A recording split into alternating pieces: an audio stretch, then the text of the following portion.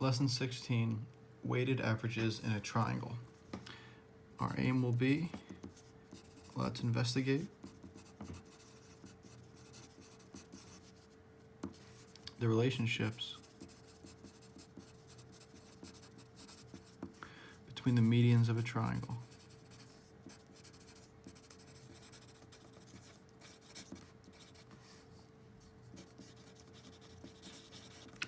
And if you remember, the median is the line segment that connects the midpoint of the side of a triangle to the opposite angle. And I'll demonstrate that in a second. 16.1, triangle midpoints. Triangle ABC is graphed. Find the midpoint of each side of this triangle. So you can sort of visualize where the midpoints are here. I mean, if you guess, you would probably be pretty close.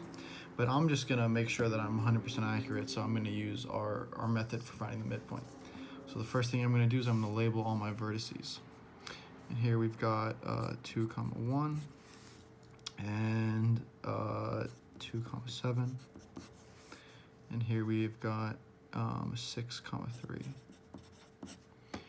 Okay, so if you remember, to find the midpoint, we're finding the middle. So we can find the average of the two coordinates. That's one method. So I'm going to try and use a different method for each one.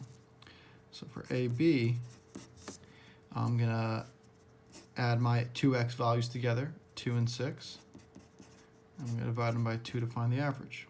I'm going to add my two y values together, 1 and 3, and divide by 2 to find the average. So that's going to give me 12 over 2, 4 over 2, aka 6, 2. 6, I made a huge mistake. I did 2 times 6. It's like something doesn't seem right. So that would be 8 over 2. So that would really be 4 over 2. Huge mistake. Really super embarrassing. Okay, great. Okay, now we're going to use another method to find the midpoint of CB. And I'm going to try and use slope for this one.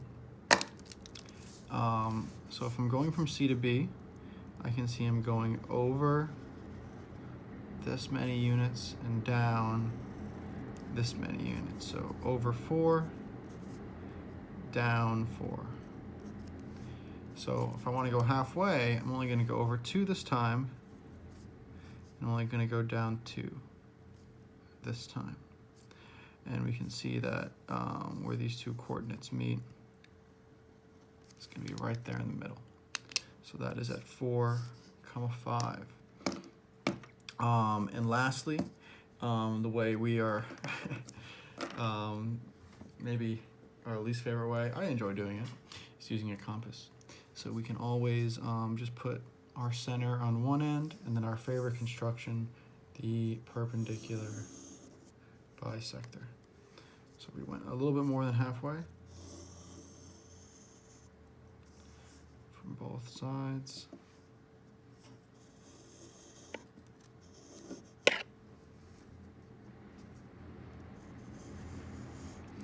All right, make my 2 intersection points, or Jordan marks, as my period 3 class knows them as. And I'm going to line them up. And we can see that that midpoint is right here. And I'm going to actually erase that line just because later on we're going to want to be doing some stuff within this triangle.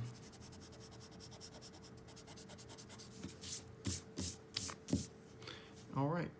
So let me just put the coordinates down for all those points. Here we've got 4, 5, 4, 2, and 2, 4.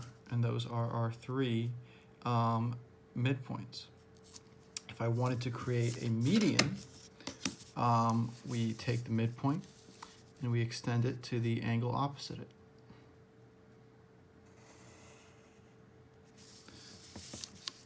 I'm going to do that for all 3.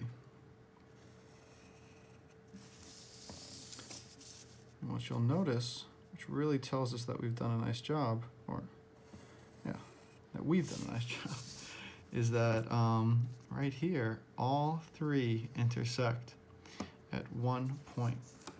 If you remember, we mentioned it maybe once in the whole year. This is known as the centroid. If you were to cut this triangle out, cut out this paper, and try and balance it on your pencil, it would be perfectly distributed. This is sort of the, I forget the geometric word for it. Let me see, I had it pulled up before. Yeah, it's called like the geometric center. Uniform density, that was the term I was using for uniform density. So it's really like the center of mass almost for this two-dimensional shape. So if you connect all three medians of a triangle, right there, that'll be your centroid. All right, that's all for 16.1.